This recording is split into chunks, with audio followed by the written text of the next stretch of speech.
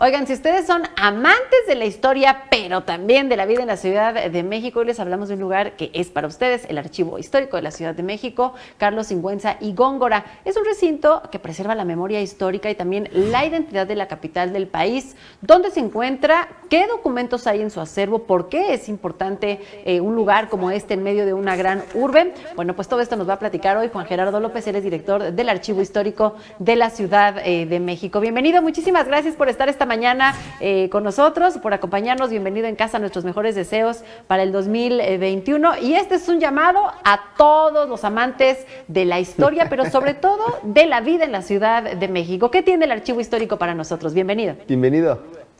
¿Qué tal? Buenos días a todos y todas. Bueno, el Archivo Histórico de la Ciudad de México, Carlos de Sigüenza y Góngora, es la casa de la memoria de nuestra ciudad. Es el recinto donde se resguarda la memoria documental de la etapa, digamos, occidental de nuestra ciudad. Tenemos documentos a partir de 1524, es decir, a partir de la primera etapa del virreinato, y consolidados y digamos que de una forma bastante continuada hasta el siglo XX, hasta los años 30 del siglo XX.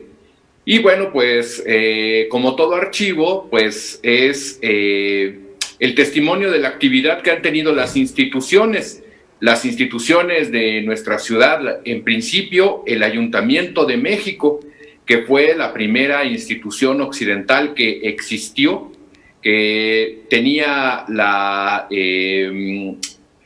jurisdicción de gobernar todos los territorios conquistados por los españoles a nombre del rey de España, que llegó un momento en que podía abarcar incluso hasta Panamá, ¿no?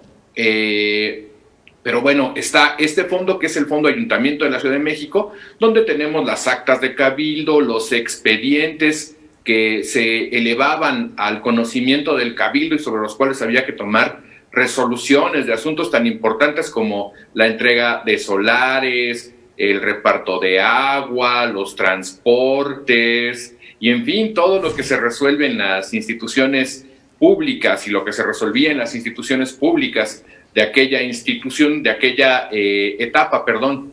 También tenemos los documentos de las antiguas municipalidades que existieron en México a partir de la Constitución de Cádiz de 1812 y hasta 1928. Las municipalidades, las prefecturas, que también es una institución que poco se conoce, pero una institución muy importante, que era un nivel de intermedio entre el municipio y el gobierno de la ciudad. Por supuesto, la otra gran institución que aportó sus documentos y que forma parte pues de nuestra memoria es el gobierno del Distrito Federal de 1824 en adelante hasta el siglo XX, hasta la década de 1930 todavía tenemos documentos. Aquí en este fondo, por ejemplo, tiene un lugar muy relevante todo lo que tiene que ver con obras públicas, con la construcción de parques, acueductos, puentes, la introducción del agua potable, del alumbrado, el crecimiento, por supuesto, de la mancha urbana, la construcción de las vías de transporte. El otro gran fondo es la penitenciaría. La penitenciaría de la ciudad, que también se ha llamado el Fondo Cárceles, y que incluye documentos desde la cárcel de Ciudad, la cárcel de Belén, la cárcel de mujeres, la penitenciaría propiamente. Hace poco, por ejemplo, recibimos los libros de registro de la penitenciaría, donde hay algunos nombres, digamos que curiosos para el público, como por ejemplo el de Juan Gabriel, ¿no? Ah, mira. Que en algún momento llegó a la cárcel. Estimado Sí. Juan, ahora que estás mencionando esto, cuando la gente hace las visitas al archivo histórico, ¿podemos tener acceso a todos estos documentos de forma original o lo que podemos ver son réplicas? Esta sería la primera pregunta. Y la segunda es, ¿qué elementos de infraestructura utilizan para mantener todos estos documentos en perfectas condiciones? Porque supongo que no ha de ser nada fácil mantener el papel intacto en perfectas condiciones después de tantísimos años. Bueno, sí, cualquier persona puede llegar al archivo. Procuramos que los fondos más preciosos, como el Fondo Ayuntamiento, los consulten en las digitalizaciones, porque efectivamente el estar manipulando los documentos pues afecta su estabilidad física. En realidad, en Ciudad de México no se requieren grandes condiciones de conservación. El papel se mantiene a una humedad y una humedad relativa y una temperatura relativamente estable gracias al maravilloso edificio de la Casa de los Condes de Eras Soto, y no es necesaria una climatización. Que también ahí hay parte de la historia del Archivo Histórico de la Ciudad de México, ¿no? No siempre se ha albergado precisamente en este recinto maravilloso del que nos hablas. Pues andado caminando por diversas zonas en la Ciudad de México y otros recintos. Es decir, la historia del archivo tiene también sus etapas, ¿no? Sí, por supuesto. Nació junto con el Cabildo y, por ejemplo, no tenemos los 3 primeros años, de 1521 hasta el 7 de marzo de 1523, porque andaba con el ayuntamiento y el ayuntamiento andaba con Hernán Cortés. Se reunían en casa de Hernán Cortés. Bueno, primero se reunieron en Coyoacán y luego en casa de Hernán Cortés, y ahí andaba el archivo con ellos. Después, cuando se pasó el ayuntamiento al actual Palacio del Ayuntamiento, donde despacha la jefa de gobierno, ahí estuvo también en la sala de cabildos, junto a la sala de cabildos. Ya en el siglo XX se le construyó, en 1921, un recinto que hoy es la Biblioteca Francisco Gamoneda, que, bueno, pues es maravillosa. Los invitamos también, ahora que pase la pandemia, a acudir. Y en 1982, llegó a la Casa de los Condes de Eras Soto. Oye, Juan, ¿a qué retos se enfrenta un espacio como el Archivo Histórico de la Ciudad de México, cuando ahora a través de las herramientas tecnológicas, a través de un buscador en Internet, pues creemos que vamos a acceder a cualquier tipo de información? ¿Qué piensas tú? ¿Cuál es tu opinión? Ahora, para cualquier dato, antes a mí, por ejemplo, me tocó hacer mis tareas en ir a la biblioteca, o por lo menos ir a la papelería por una monografía. Por una lámina. ¿No? Por una monografía, una bibliografía, o de plano sí ir a la biblioteca. La realidad es que ahora cualquier búsqueda solemos creer que la encontramos aquí en el teléfono.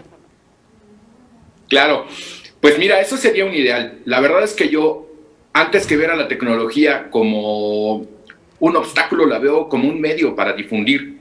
Nosotros quisiéramos que la gente pudiera acercarse a las fuentes primarias, sobre todo en una etapa en la que estamos viviendo una infodemia, que quiere decir que se difunde información sin sustento. Y lo que tenemos en el archivo es realmente el sustento más prístino de la información. Entonces, más que verlo como un reto, yo lo veo como una oportunidad.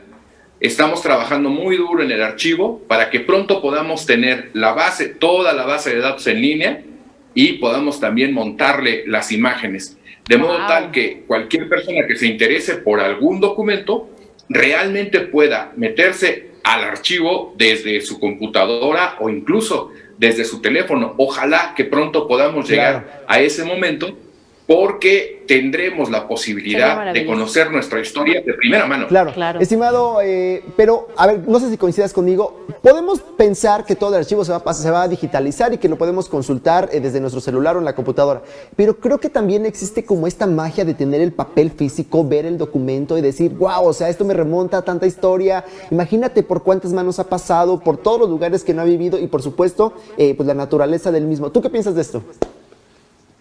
No, por supuesto, pues incluso para quien ama la historia, poner los pies en el archivo es como entrar a un paraíso. Claro. Porque desde el aroma, las texturas del papel, los encuadernados, y también encontrarse con cosas que uno no esperaba, porque eso siempre pasa cuando analizas los documentos, pues es maravilloso, es una experiencia maravillosa.